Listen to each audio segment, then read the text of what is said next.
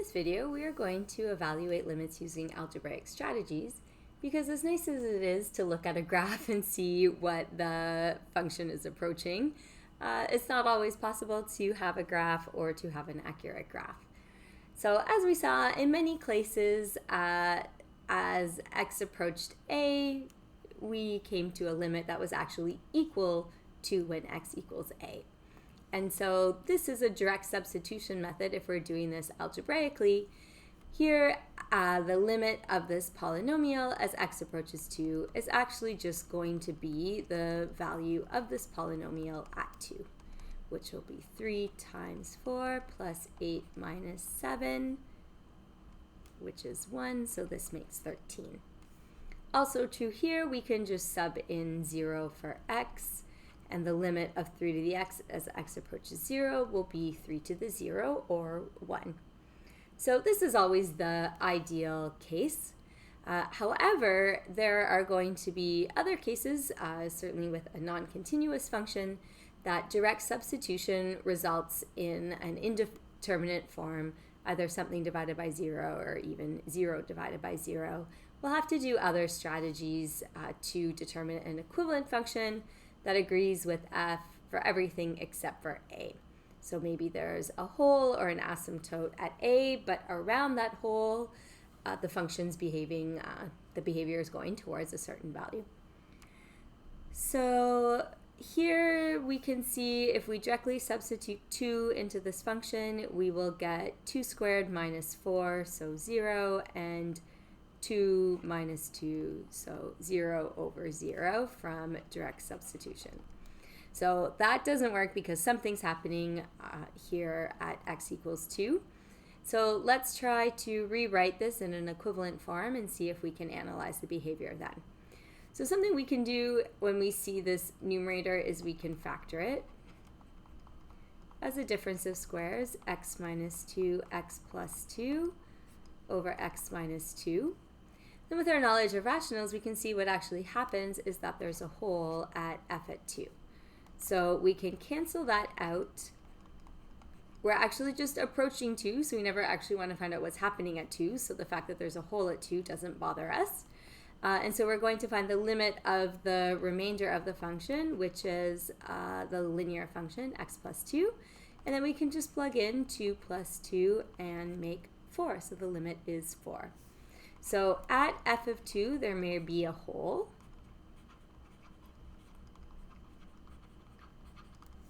Okay, but near f at 2, the function has a value of 4.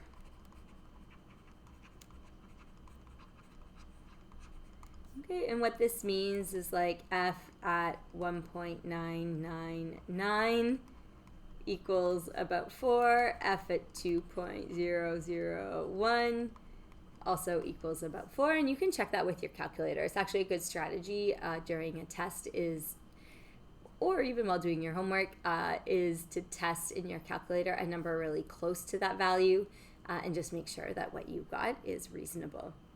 So a couple notation notes here about this is that we write limits until we do the substitution. Here we need brackets so that that whole expression, we're taking the limit of the whole expression. So this factoring method worked because we had a rational expression and the factoring revealed a whole. What about an expression like this that has a radical in the rational?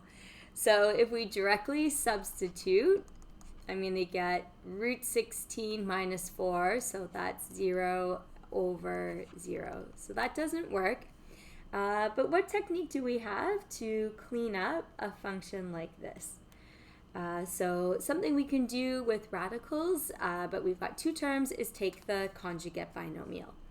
So we will multiply it by root x plus 12 plus 4.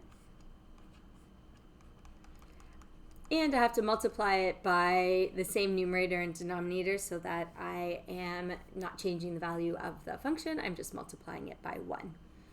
So the conjugate binomial works because it's a difference of squares, and when you FOIL it, the middle term cancels, and the middle term is where the roots will be contained, because the first term, root x plus 12 times root x plus 12, is just x plus 12. Then as we said, the plus 4 root x plus 12 minus 4 root x plus 12 will cancel, and you'll just have minus 4 times plus 4 makes minus 16. So our denominator will be x minus 4 times this numerator. The denominator got a bit messy. However, our numerator, x plus 12 minus 16, simplifies to x minus 4, and that's what we're going to be able to cancel out of the denominator and numerator. That's what was making a 0 out of 0. Except I'm not going towards 0, I'm going towards 4. So this will be 1 over the root of x plus 12 plus 4. Now we can directly substitute, so I'm going to stop writing my limit notation. I'll have 1 over the root of 16 plus 4, so that's 1 over 8. Again, you can check in your calculator. Try f at 4.0001, and you'll see you get about 1 over 8, which is 0.125. Okay, so this rationalization, this one worked when you see that the function has a radical in it, and then we use a conjugate binomial.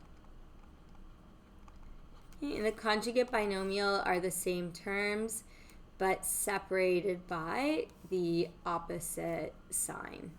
That was a bit wild. Where's my eraser? Okay, so separated by the opposite sign there.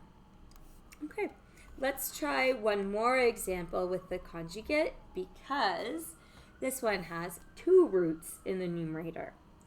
First, if we sub in x is 7, sadly, we get a divide by 0, and even the numerator is the root of 21 minus 5, so that's the root of 16, and 7 plus 9 is also the root of 16, so we get 0 over 0.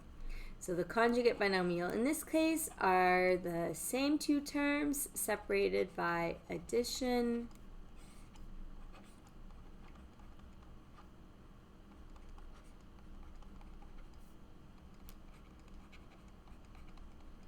Okay, so foiling the root of 3x minus 5 times the root of 3x minus 5 is 3x minus 5. Our middle term will cancel because we've created a difference of squares. And then here we'll have the negative of x plus 9. So be really careful with that. This is where, unfortunately, many mistakes get made. You'll be able to tell soon enough when nothing cancels that you've made a mistake, but just be aware if there is a mistake, that's quite possibly where it happened. Our numerator, so note that the x minus 7 needs brackets. Never bother to multiply this out because our goal is going to be to cancel out the x minus 7, and it's much easier because it's already in factored form. So we have 3x minus 5 minus x minus 9.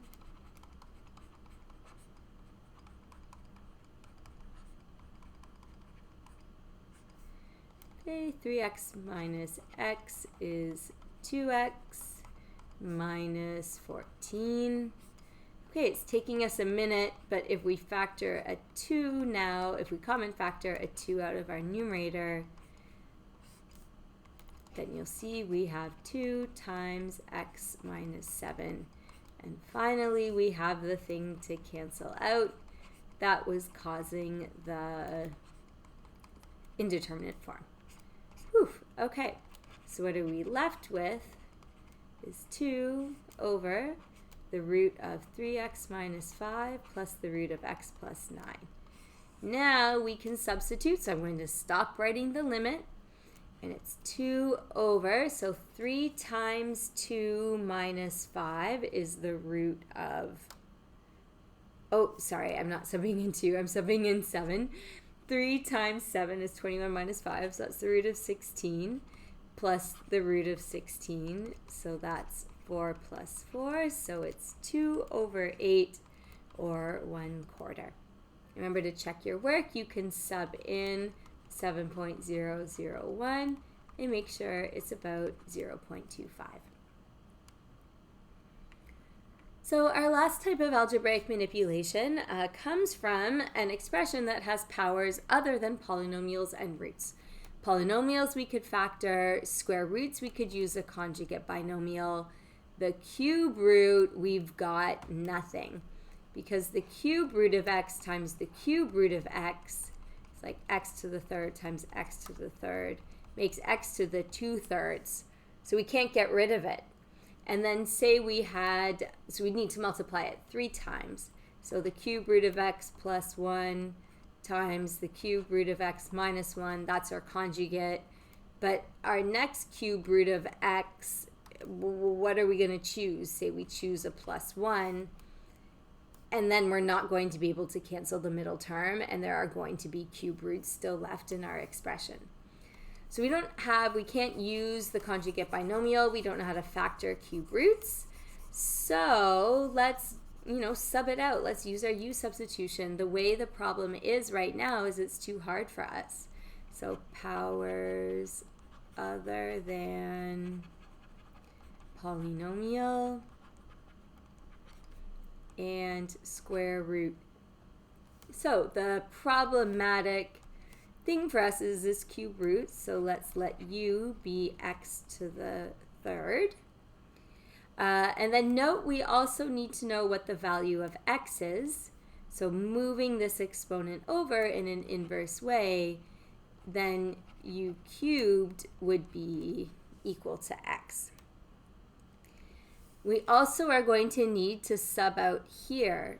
So if x is going to 27, then u is going towards a cube root of x. So 27 to the third, or u is going towards 3.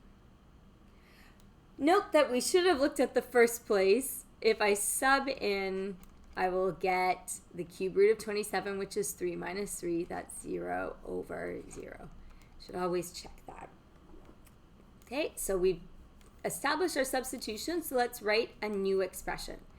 The limit now is of u approaching 3, and it's u minus 3, and x is u cubed minus 27. So unfortunately, when we put 3 in, it's still 0 over 0. So now, though, it's in a better form for us to factor. We've turned it into a polynomial expression. The way we factor u cubed minus 27 is the difference of cubes. U minus 3, u squared plus 3u plus 9. Those will cancel, and I can use my equal sign here. So I write u is approaching u. U is approaching 3. I'm going to have 1 over u squared plus 3u plus 9. And now I can sub in the 3's. I'll stop writing the limit. 3 squared is 9. 3 times 3 is 9 and 9. So this makes 1 over 27. So it's an equivalent expression to what we started with. So we should make our conclusion. Our conclusion should be in terms of the limit as x approaches 27 of x to the third minus 3 over x minus 27. And this limit equals 1 over 27. Okay, let's try another one. This one has 2 fractional powers, a quarter and a half. If we substitute in 16, the 16 to the quarter root is 2. 2 minus 2 is 0. And the root of 16 minus 4 is also 0. So we're going to sub this out. Here's a tip, let u be the smaller power, and so then u4 will be just a plain x. Okay, but also we actually need x to the power of a half, and so what we do, if we take this u and do a u squared, that'll be x to the quarter squared. So u squared is x to the half. So we've got something to substitute in for x to the quarter, that's u. X to the half is u squared.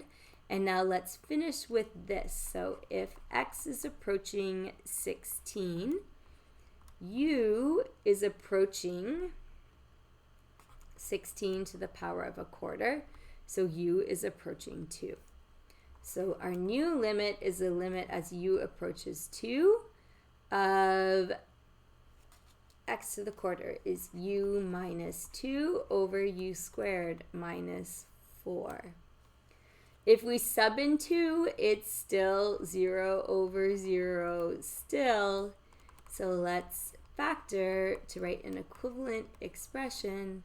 So u minus 2, u plus 2, those cancel. 1 over u plus 2, and then we can sub in for 2. So 1 over 2 plus 2, which is 4. So we've done our substitution, but it's an equivalent expression. So the limit as x approaches 16 of x to the quarter minus 2 over x to the half minus 4 is equal to a quarter. And again, you can test x equals 16.001 and see that it's close to 0.25. So 3 main strategies there: factoring, conjugate binomial, and u substitution in combination with factoring should let you find what's happening when on the graph something's happening at that point. For example, a hole.